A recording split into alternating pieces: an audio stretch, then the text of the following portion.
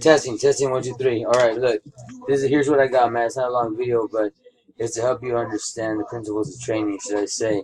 And you can ignore the video or watch it. Maybe it helps you aesthetically.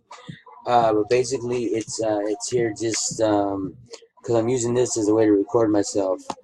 Um, First of all, the things I need you to review, I'm gonna send you an email to superpapas01. And this is stuff that I cut and pasted and I took from other places, things that I thought were most important in being successful at it. And I want to make sure you understand these, Peretta. And basically, it's imperative that you understand these principles and you understand these things when it comes to training. I'm going to break down what I think you need to do if you get those kids to be able to teach them how to play midfield, or even if you're going to coach Taylor and Abigail.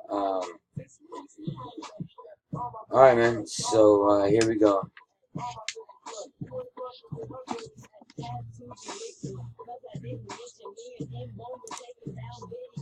Okay, I want you to remember that, first of all, the training you're going to be doing is going to be based on the principle of overload, and there's actually an acronym for it. It's called FIT, which stands for frequency, intensity, time, and type. Again, that's FIT. Frequency, it means increasing the number of times you train a week, or how many times you go twice a day now, or if you start out with one and then progressively by the end of 2 months, now you're going 3 days a week or 4 days a week, 5 days a week. You have to increase. That's a rule, man. It's based on overload. Intensity. You got to increase how difficult it is for the athlete and how hard they put out. If the athlete doesn't put out, what you need to do is somehow increase it so they're forced to put out in a way, and that can be the thing right there where you struggle with the most. Now, time. You got to increase the length of time that you're out there actually training, not just at a day, but how long are you doing this? How much is this like we do in the gym, man? It's time under tension. Okay. Type. You got to increase the difficulty of each thing you're doing. And what I mean, example, if you started out crawling, you need to now start doing drills on running. I'm sorry, on walking. Once you think you got that down, they're going to overlap. Now you're going to start concentrating on not so much walking drills, but jogging drills. Then not so much jogging drills, but progress to running drills while there's still jogging drills going on. And eventually it'll be all running drills. Then it will go to sprinting drills, should I say. But that's what I mean by the type. You have to remember that basically the basic concepts that you already know are the main key components: spark, speed, agility, power. Speed, power, agility, reaction, quickness. Those are basic principles in any regimen. It's pretty self-explanatory. I think you understand it. Give it a quick review anyway. I do want to add in balance though, and balance is basically the ability to maintain the equilibrium while stationary or moving.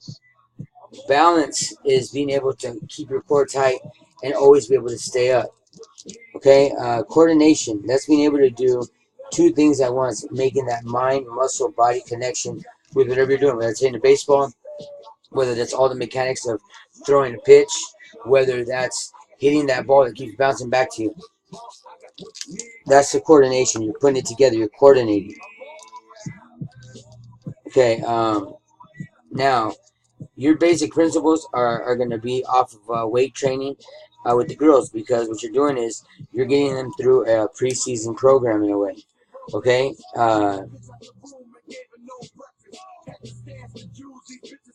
I added various different